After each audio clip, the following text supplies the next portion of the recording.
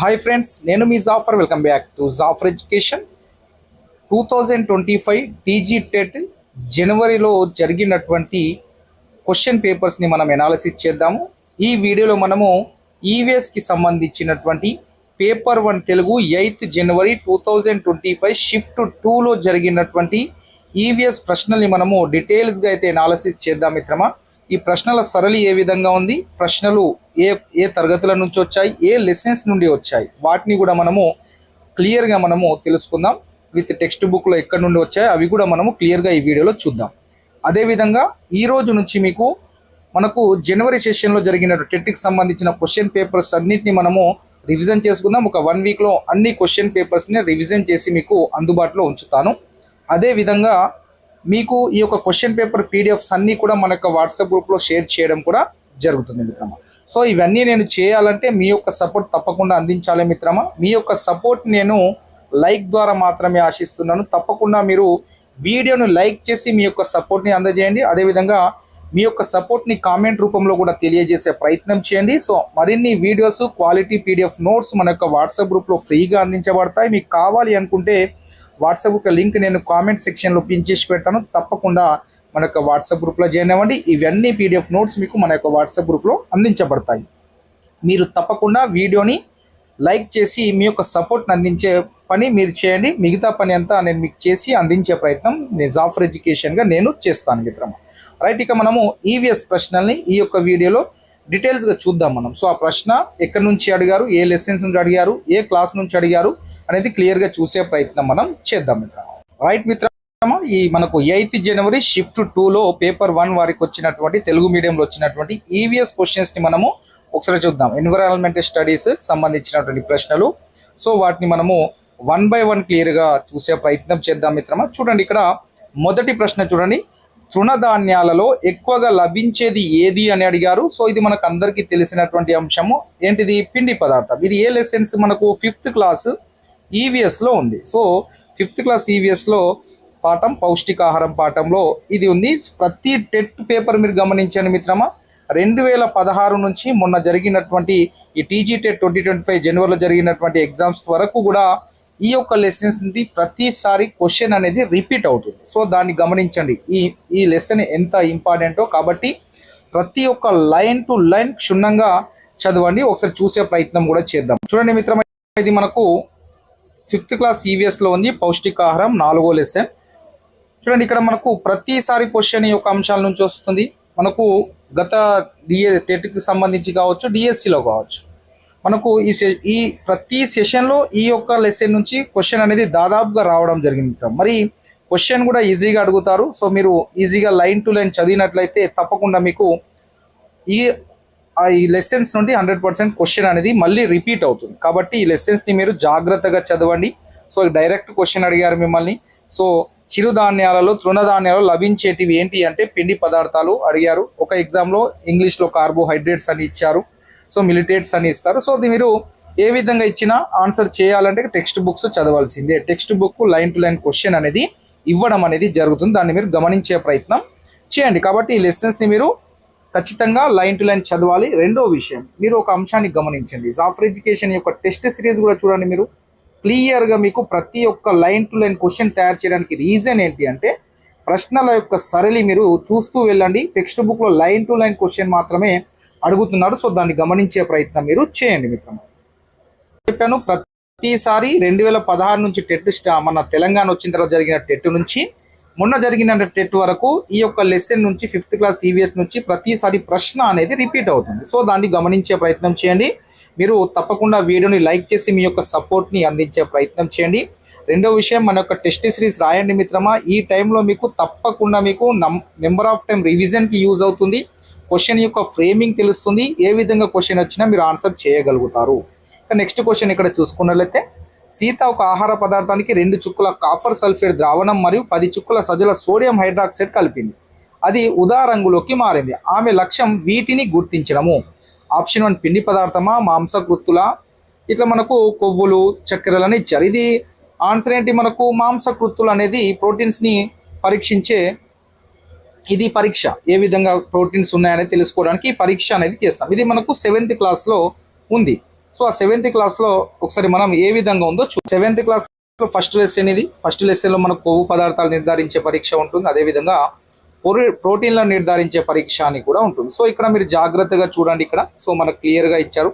2 చుక్కల copper sulphate 10 చుక్కల sodium హైడ్రాక్సైడ్ను పరీక్ష నాళికలో వేసి బాగా కలపండి. రంగులో మార్పును గమనించండి. పదార్థం నీలి రంగు నుంచి వంకాయ రంగులోకి అంటే ముదురు నీలి రంగులోకి మారితే ప్రోటీన్లు ఉన్నట్టు తెలుస్తుంది. సో ఇక్కడ క్వశ్చన్ ఎలా చూడండి మిత్రం, క్వశ్చన్ ఎలా అడిగారు ఇక్కడ, సీత అని ఒక అమ్మాయి పేరు పెట్టి ఆహార పదార్థం 2 చుక్కల కాపర్ సల్ఫేట్ ద్రావణం. So easy direct copper sulphate అదే ఉంది 2 చుక్కలు. 10 చుక్కల సజల సోడియం హైడ్రాక్సైడ్ ఉంది, అది ఉదా రంగులోకి మారింది. సో ముదురు ఉదా రంగులోకి మారితే అది ఏమవుతుంది, ప్రోటీన్ని గుర్తించడం అవి లక్ష్యం. అది ఏమున్నట్టు దాంట్లో ప్రోటీన్లు ఉన్నట్టు రైట్ ఆన్సర్. మాంసకృత్తులు అని అంటాం తెలుగులో, లేదా ప్రోటీన్స్ అని అంటాం. క్వశ్చన్ కూడా చూడండి మిత్రమా, సీదా డైరెక్ట్ గా ఇచ్చారు. లైన్ టు లైన్ అడిగారుగా 2 చుక్కల కాపర్ సల్ఫేట్ 10 చుక్కల సోడియం హైడ్రాక్సైడ్ పరీక్ష నాళికలో వేసి, ఇవన్నీ ఇవ్వకుండా పరీక్ష నాళిక వేస్తే పదార్థము ముదురు ఉదా రంగులోకి ముదురు నీలి రంగులోకి వంకాయ రంగు అన్న ఉదా రంగు అన్న దాదాపుగా ఒకటే, కాబట్టి దీన్ని కొద్దిగా చేంజ్ చేసి ఇవ్వడం అనేది జరిగింది. సో దాన్ని గమనించే ప్రయత్నం చేసి దాంట్లో మీరు కన్ఫ్యూజ్ అవ్వాల్సిన అవసరం అనేది లేదు మిత్రమా.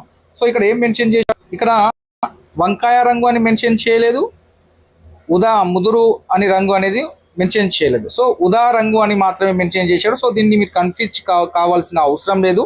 సో 2 చుక్కల కాపర్ సల్ఫేట్ 10 చుక్కల సజల సోడియం హైడ్రాక్సైడ్ కలిపితే ఆ పదార్థం ఉదా రంగులోకి మారిందంటే దాని యొక్క లక్ష్యం ఏంటంటే ప్రోటీన్స్ని గుర్తించడం, మాంసకృతులను గుర్తించడం దాని యొక్క లక్ష్యం అవుతుంది. సో ఇంగ్లీష్లో కూడా వైలెట్ కలర్ అనేది మీరు దాన్ని గుర్తుంచుకునే ప్రయత్నం. సో దాన్ని మీరు దృష్టిలో పెట్టుకోండి. క్వశ్చన్ అనేటివి లైన్ టు లైన్ ఇవ్వడం జరిగింది, ఎలాంటి మార్పు లేదు. వంకాయ రంగు ఉదా రంగు అన్న ఆల్మోస్ట్ ఒకటే మిత్రమా. సో దాన్ని మీరు గమనించండి. సో ప్రశ్న అనేది సరళి మీకు ఏర్పడుతుంది కదా, కొద్దిగా మాత్రం మార్పు చేశారు ఈ 2వ ప్రశ్నలో. So as it is question line to line అడగడం అనేది జరిగింది. సో దాన్ని గుర్తించండి. నెక్స్ట్ మిత్రమా, పిల్లల్లో రికెట్స్ వ్యాధి దీని లోపం వల్ల వస్తుంది, మనందరికీ తెలుసు. సో కాల్షియం లోపం వల్ల వస్తుంది. సో లేకుంటే మీరు విటమిన్ డి లోపం వల్ల కూడా రికెట్స్ వ్యాధి అనేది వస్తుంది. సో ఇప్పుడు విటమిన్ ఏ ఇచ్చి మిగతావన్నీ వేరే ఇచ్చారు. సో విటమిన్ డి ఆప్షన్లోనే లేదు, కాబట్టి రికెట్స్ అంటే మన యొక్క ఎముకలకు సంబంధించిన వ్యాధి. సో ఎముకల్లో కాల్షియం తగ్గినట్లయితే మనకు రికెట్స్ వ్యాధి అనేది వస్తుంది. సో ఇది కూడా మనకి ఇక్కడ ఉంది 5th క్లాస్ ఈవీఎస్లో ఉంది, ఒకసారి చూడండి.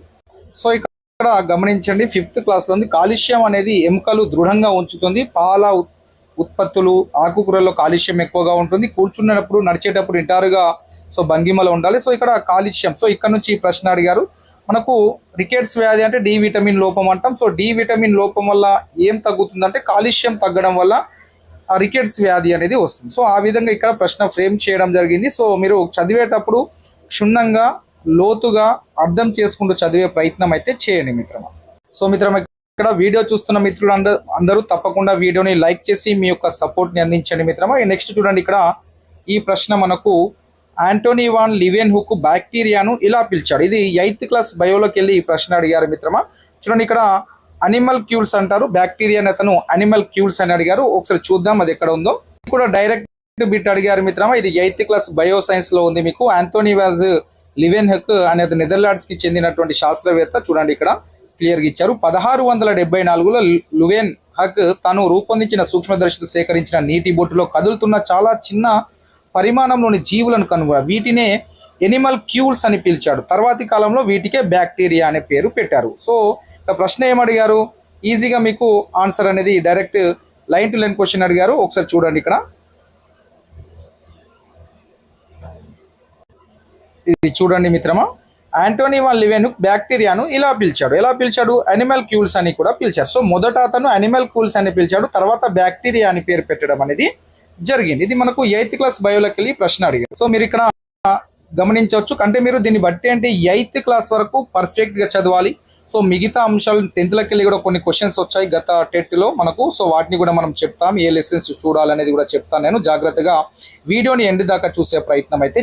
నెక్స్ట్ క్వశ్చన్ ఇక్కడ చూడండి మిత్రమా. స్వపరాగ సంపర్కం సామర్థ్యం ఉన్న మొక్క ఏది అంటే సో బఠానీ మొక్క. ఇది కూడా మనకు 7th క్లాస్లో ఉంది. 12వ పాఠం మొక్కలలో ప్రత్యుత్పత్తి అనే పాఠం. సో ఆ పాఠం చాలా ఇంపార్టెంట్ 7th క్లాస్లో. ప్రతిసారి టెట్ అండ్ డిఎస్సిలో ఆ యొక్క లెసన్స్ నుంచి ప్రతి సెషన్లో ప్రతిసారి క్వశ్చన్ అనేది రిపీట్స్ అవుతాయి. 1 లేదా 2 ప్రశ్నలు ఖచ్చితంగా ఉంటాయి. ఈ మొక్కలలో ప్రత్యుత్పత్తి ఏదైతే 12వ లెసన్ ఉందో సో దాన్ని తప్పకుండా మీరు ప్రతి ఒక్కరు క్షుణ్ణంగా చదవాల్సిందే.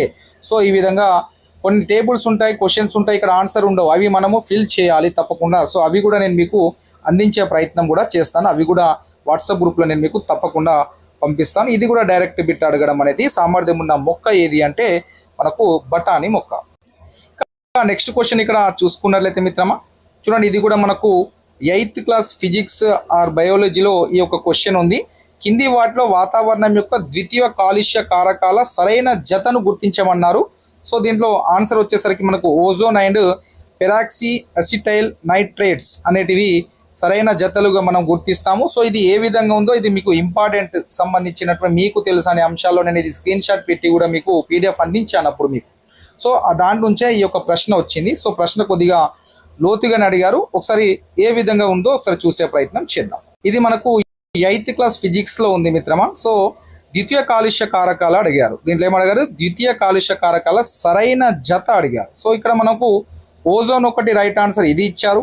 ఓజోన్ చూడండి గౌణ కాలుష్య కారకం అయితే ద్వితీయ కాలుష్య కారకం అంట. రెండోది పెరాక్సీ ఎసిటైల్ నైట్రేట్ అడిగారు. సో ఇది కూడా ద్వితీయ కాలుష్య కారకం. ఈ రెండు సరైనవి. సో మిగతా ఏమి ఇచ్చారు ఒకసారి ఆప్షన్స్ ని చూద్దాం మనం. మిగతా ఆప్షన్స్ చూడండి మిత్రమా, కార్బన్ మోనాక్సైడ్ ఉంది, నైట్రోజన్ ఆక్సైడ్లు ఇవి మనకు పట్టికలో ఉన్నాయి. సల్ఫర్ డైఆక్సైడ్ ఉంది, గాలిలో తెలియాడే రేణువులు ఉన్నాయి, ఇవి కూడా మనకు ఆ పట్టికలో ఉన్నాయి. నెక్స్ట్ మీథేన్ ఉంది, కార్బన్ డైఆక్సైడ్ ఇవి కూడా మనకు ఆ పట్టికలో ఉన్నాయి. సో ఇవి ద్వితీయ లైంగిక కారకాలు కాదు. ఒకసారి చూద్దాం. చూడండి ఇక్కడ క్లోరిన్ ఇచ్చారు, నెక్స్ట్ గాలిలో తెలియాడే రేణువులు అండ్ సల్ఫర్ డైఆక్సైడ్ అక్కడ మనకు ఉంది.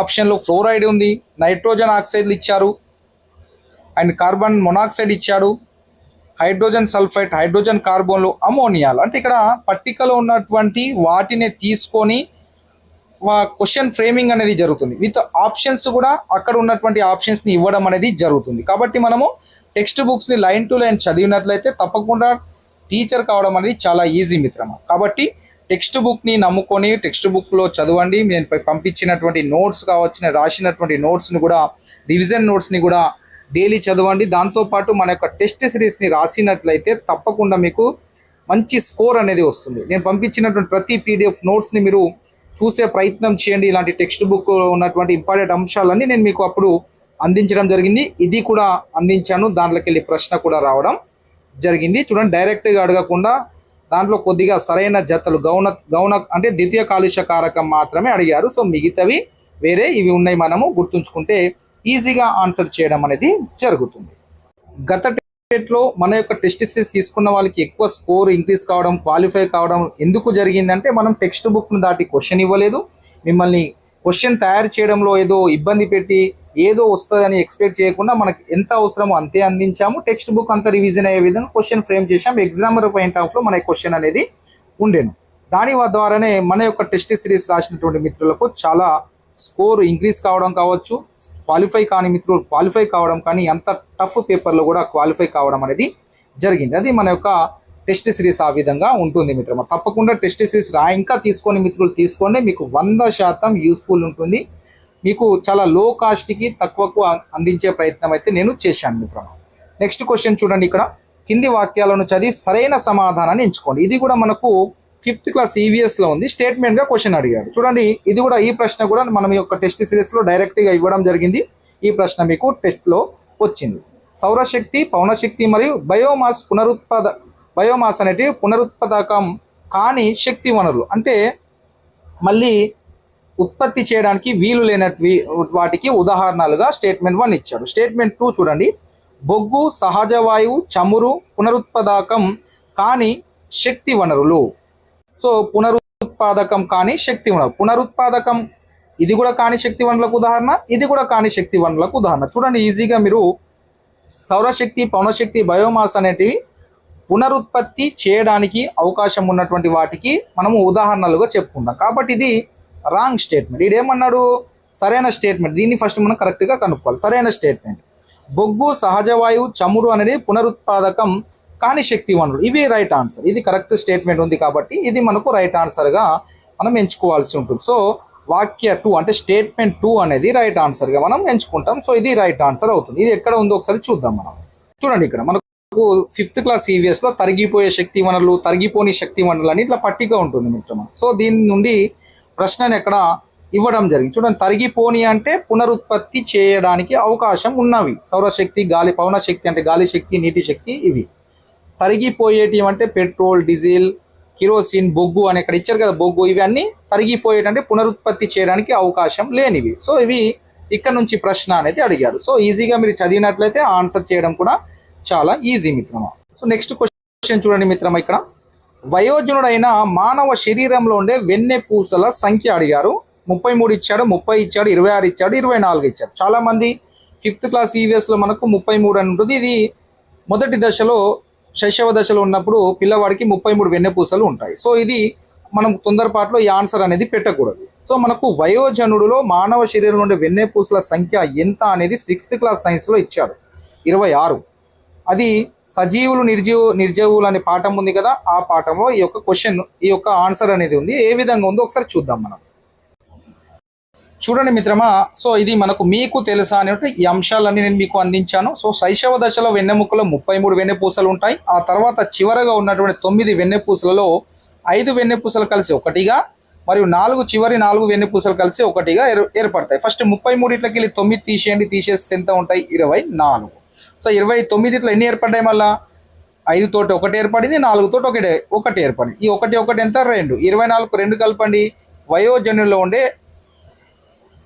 వయోజనుల్లో ఉండే ఎముకల సంఖ్య 26 అనేది వస్తుంది. ఇక్కడ మనకు 26 అనేది మెన్షన్ చేయలేదు, గమనించండి మీరు.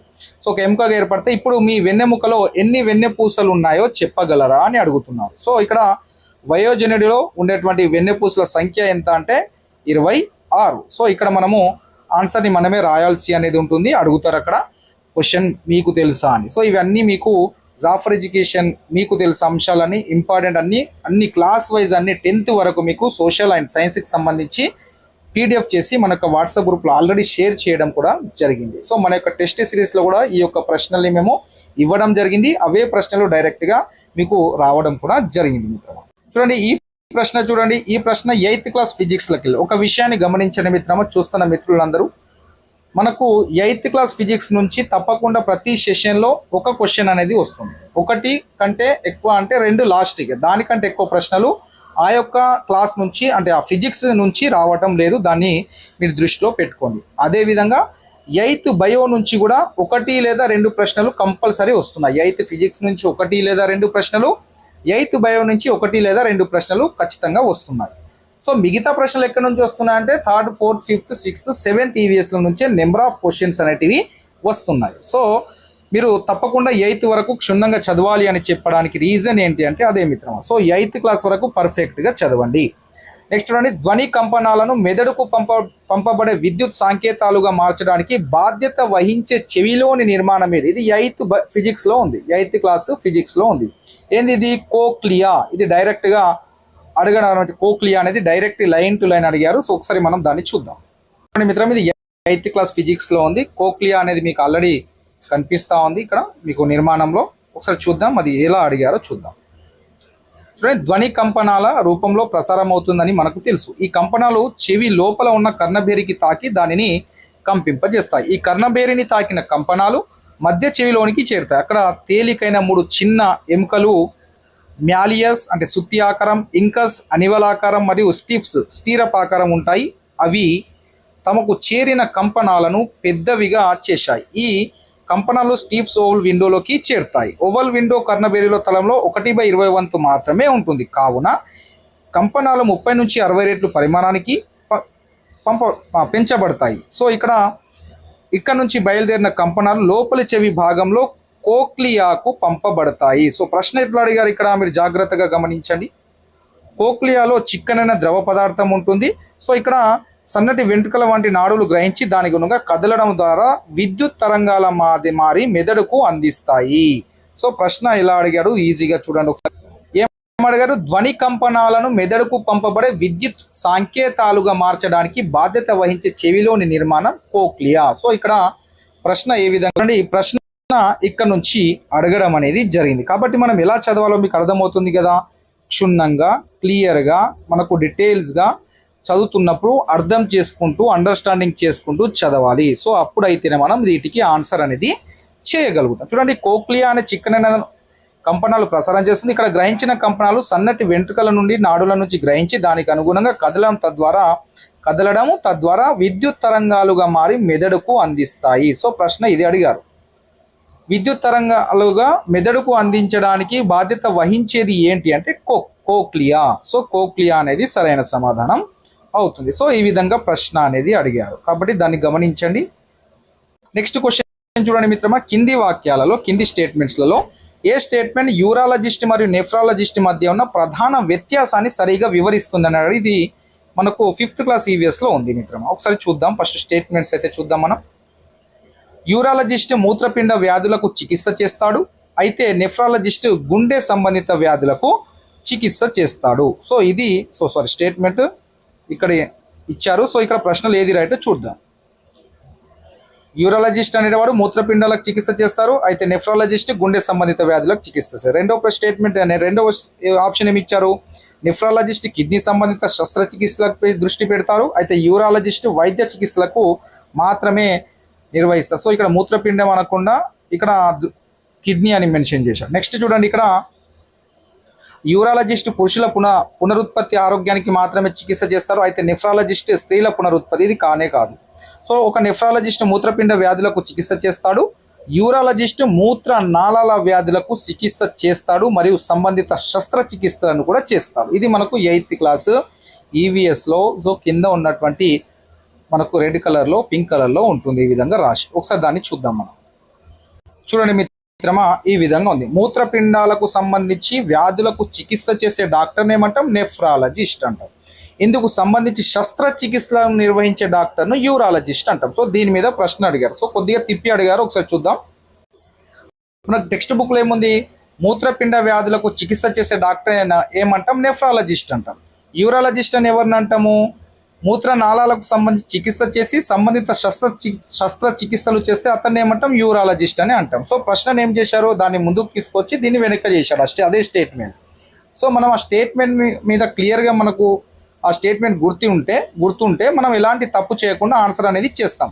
ఇక్కడ తప్పు ఎప్పుడు అవుతుంది, ఈ అన్ని స్టేట్మెంట్లు మీరు చదివినప్పుడు మీకు కన్ఫ్యూజన్ అనేది స్టార్ట్ అవుతుంది. ఎందుకంటే ఆ క్వశ్చన్ అనేది కన్ఫ్యూజ్ అయ్యే విధంగా పెట్టారు. చూడండి, యూరాలజిస్ట్ అంటేనే మీకు మూత్రపిండాలకు వ్యాధులకు చికిత్స చేసే డాక్టర్ కాదు. సో మూత్రపిండాలకు వ్యాధి చికిత్స చేసే డాక్టర్ని ఏమంటాం మనము, నెఫ్రాలజిస్ట్ అంటాం. కాబట్టి ఇది రాంగ్ స్టేట్మెంట్. అయితే దీనికి ఇది గుండె అంటే కాదు, ఇది మీరు తీసేయచ్చు ఈజీగా.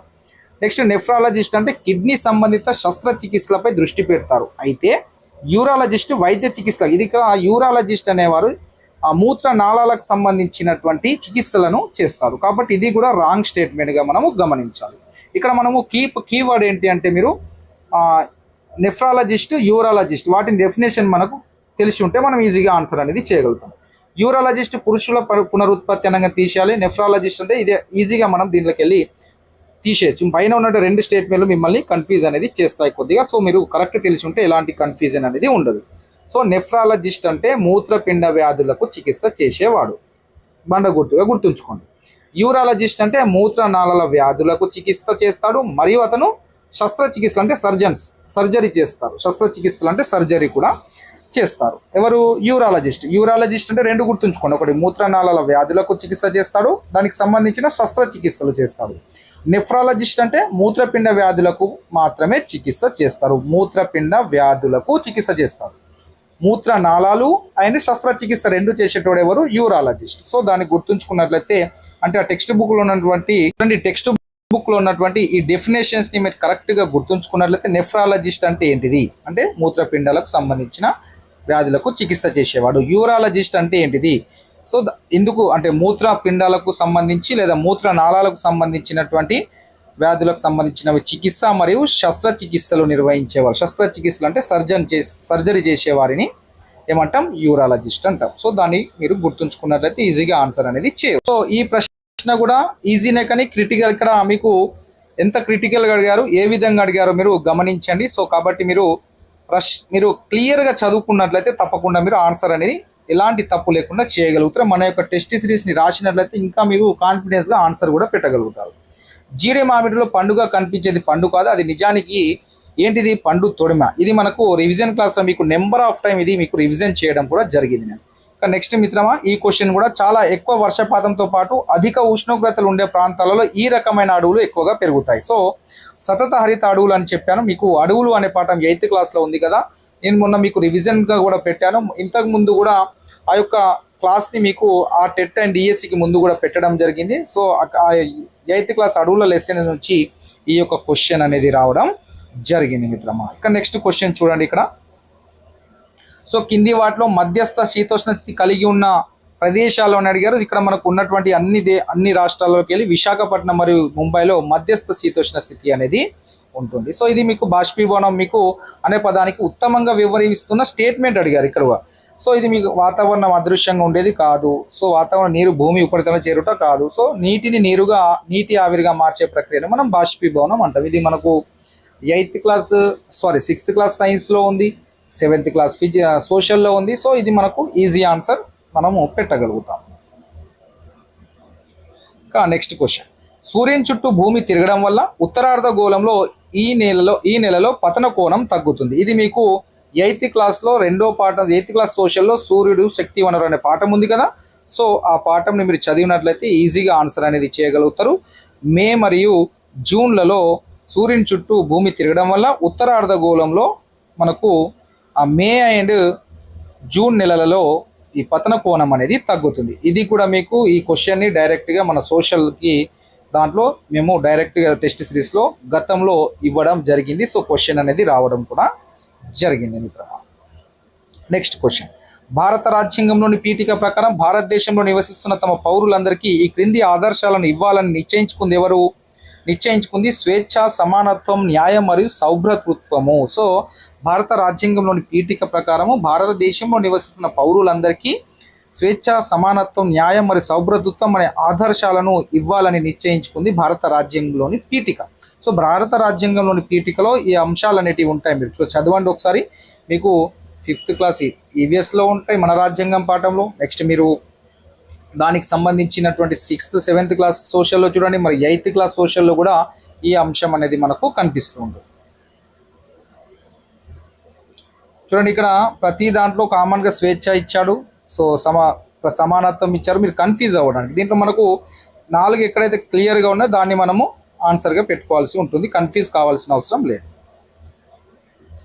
నెక్స్ట్ క్వశ్చన్, భారత రాజ్యాంగంలో కొన్ని నిర్దిష్ట కర్తవ్యాలను సార్వత్రిక అక్షరాస్యత, పర్యావరణ పరిరక్షణ వంటి పనులను చేయాలని ఇది ప్రభుత్వానికి సూచిస్తుంది. ఎవరు ఆదేశిక సూత్రాలు? సో ఇది మీరు ఒకసారి 10th క్లాస్ సోషల్లో మీరు తప్పకుండా మిత్రమా ఈ లెసన్స్ చదవండి ఒకసారి.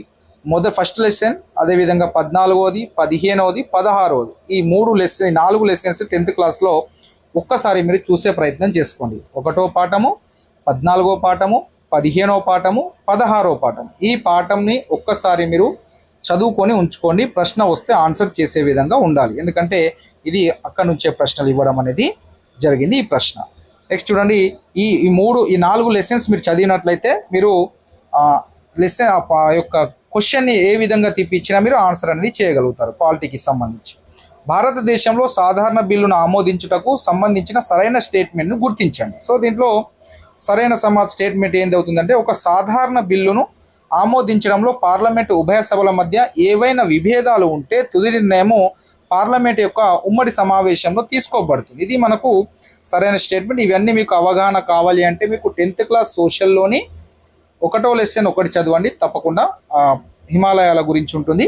తర్వాత 14, 15, 16, 13, 14, 15, 16. సో ఆ యొక్క లెసన్స్ని కూడా మీరు తప్పకుండా చదవాల్సిందే.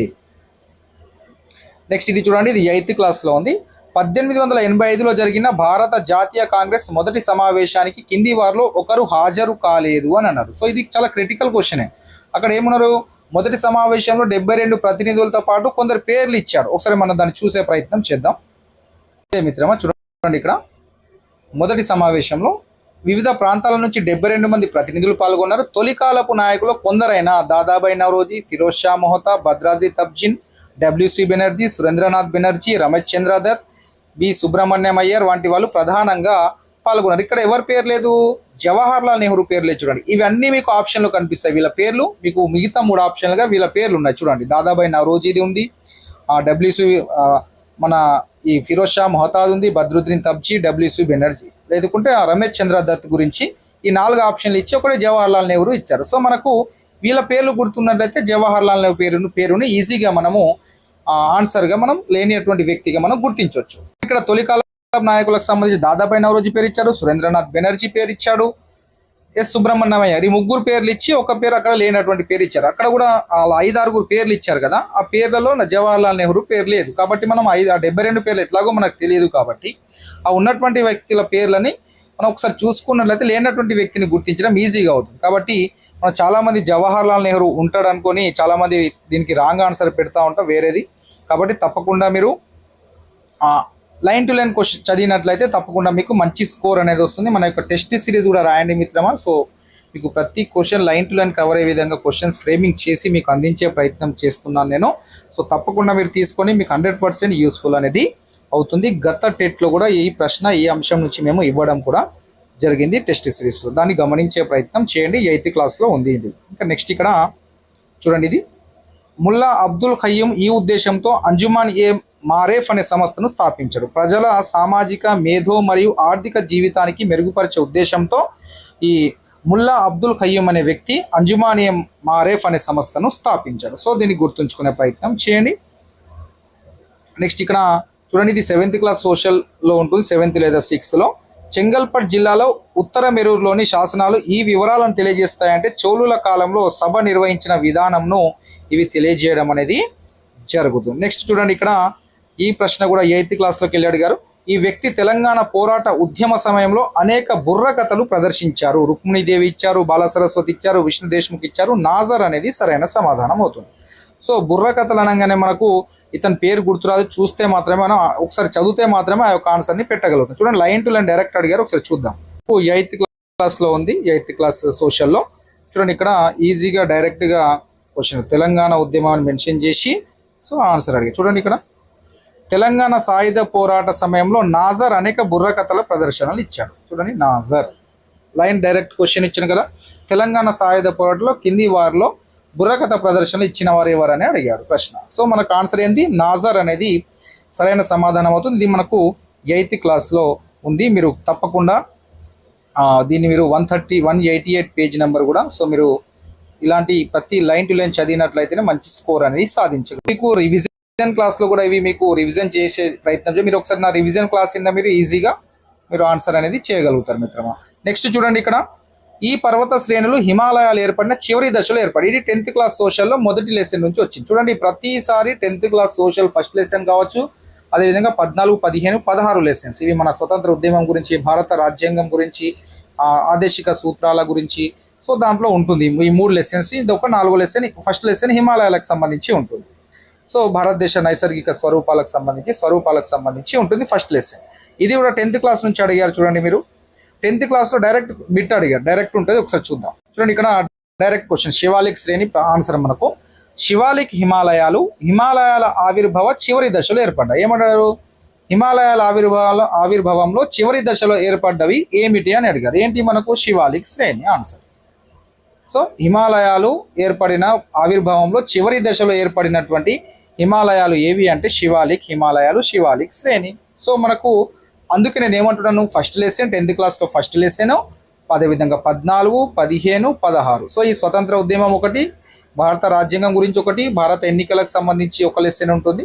సో వాటిని మీరు ఖచ్చితంగా ఒక్కసారి చదవాల్సిందే. 10th క్లాస్ సోషల్లో ఉన్నటువంటి అంశాలను ఒకసారి చూడండి. సో మనం చూసినట్లయితే మనం ఆన్సర్ ఈజీగా చేయగలుగుతాం, చూడకపోతేనే మనకు నష్టం కదా. చూడండి ఈ పర్వత శ్రేణులు హిమాలయాలు ఏర్పడిన చివరి దశలో ఏర్పడ్డాయి. శివాలిక్ శ్రేణులు హిమాలయ ఏర్పడిన చివరి దశలో ఏర్పడ్డవి ఏంటి, శివాలిక్ శ్రేణులు. Direct answer. కాబట్టి మీరు తప్పకుండా ఒకసారి ఆ లెసన్స్ని చదివే ప్రయత్నం చేయండి మిత్రమా. సో ఇవి మన ఈవీఎస్కి సంబంధించినటువంటి ప్రశ్నల ఎనాలిసిస్ మిత్రమా. ఇవి మెథడ్కి సంబంధించి నెక్స్ట్ వీడియోలో మీకు మిగతా సెషన్లో వచ్చినటువంటి అన్ని ప్రశ్నలు రివిజన్ చేద్దాం. మనము ఏ విధంగా వచ్చింది ప్రశ్నల సర్వే చూశారు కదా. సో క్వశ్చన్ మనకు టెక్స్ట్ బుక్ లో ఏ విధంగా బిట్ ఉంది, క్వశ్చన్ ని ఏ విధంగా తిప్పి ఇచ్చాడు అనేది కూడా మనం గమనించాం కదా మిత్రమా. సో ఆ విధంగా మీ యొక్క ప్రిపరేషన్ చేయండి. తప్పకుండా జాఫర్ ఎడ్యుకేషన్ టెస్ట్ సిరీస్ ని మీరు తీసుకున్నట్లయితే తప్పకుండా మీకు మంచి స్కోర్ రావడంలో ఆ టెస్ట్ సిరీస్ 100% ఉపయోగపడుతుంది. ప్రతి లైన్ టు లైన్ క్వశ్చన్ తయారు చేయడం జరిగింది. దీంట్లో ఎలాంటి సందేహం లేదు మిత్రమా. రెండోది మిత్రమా, మీ యొక్క సపోర్ట్ని లైక్ ద్వారా అందించే ప్రయత్నం చేయండి. నేను మరీ నెక్స్ట్ వీడియోలో మీకు మిగతా సెషన్లో వచ్చినటువంటి అన్ని షిఫ్ట్లలో వచ్చినటువంటి అన్ని క్వశ్చన్ పేపర్ల అన్ని రివిజన్ వీడియోస్ అన్నీ మీకు వారం రోజులలో రోజు ఒక వీడియో మీకు అందిస్తాను ప్రతి సబ్జెక్ట్కి సంబంధించి. రేపు మీకు సైకాలజీకి సంబంధించి షిఫ్ట్ 1 నుంచి షిఫ్ట్ లాస్ట్ వరకు ఎన్ని ఎగ్జామ్ సెషన్లో జరిగాయో అన్ని సెషన్లకు సంబంధించినటువంటి అన్ని ప్రశ్నలు వాటి యొక్క సమాధానాన్ని రేపు మనం తప్పకుండా క్లియర్గా అన్నీ తెలుసుకుందాం. ప్రశ్నల సరళి ఏ విధంగా వచ్చింది, క్వశ్చన్స్ ఎలా వచ్చాయి, సైకాలజీకి సంబంధించి దాదాపుగా అన్ని సెషన్లో కలిపి మీకు ఒక 200 పైనే క్వశ్చన్స్ ఉంటాయి. సో 200 క్వశ్చన్స్లో మళ్ళీ నెంబర్ ఆఫ్ క్వశ్చన్స్ రిపీట్ అయ్యే అవకాశం కూడా ఉంటుంది. సో మీరు చేయాల్సిందల్లా ఏం లేదు మిత్రమా, మీ యొక్క సపోర్ట్ని ఒక లైక్ ద్వారా అందించండి. వీలైనంత ఎక్కువ మందికి వీడియోని షేర్ చేయండి. మీ యొక్క సపోర్ట్ మీ బంధువులకు అందించే ప్రయత్నం చేయండి. సో మీ జిల్లా వారు కాకుండా మిగతా జిల్లాల వారికి మీరు ఎట్లా వారు మీకు కాంపిటీషన్ కాదు కాబట్టి సో వారికి షేర్ చేసే ప్రయత్నం అన్న చేయండి.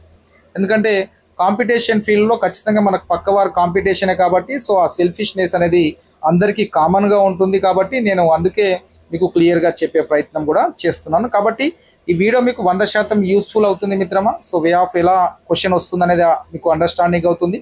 సో ఇవన్నీ మీకు ఎనాలిసిస్ చేసి అందించే ప్రయత్నం చేస్తున్నాను. మీరు నెక్స్ట్ వీడియోలో మరిన్ని అన్ని షిఫ్ట్లకు సంబంధించిన క్వశ్చన్ పేపర్ ఎనాలిసిస్ మనం అందిస్తాను. ఈ వీడియో మీకు నచ్చినట్లయితే నెక్స్ట్ వీడియో వస్తుంది. లేదు మీకు నచ్చలేదు, మీకు అంటే మీకు ఉపయోగపడలేదు అంటే మాత్రం తప్పకుండా నెక్స్ట్ వీడియో నేను చేయలేను మిత్రమా. తప్పకుండా మీకు మీ యొక్క సపోర్ట్ని నాకు లైక్ ద్వారా మాత్రమే మిగతాది ఏమీ ఆశించలేదు. నేను ఫ్రీనే అందిస్తాను. మీరు లైక్ చేసి మీ యొక్క సపోర్ట్ని అందించండి. కామెంట్ రూపంలో మీ అభిప్రాయాన్ని కూడా తెలియజేయండి. Thank you so much.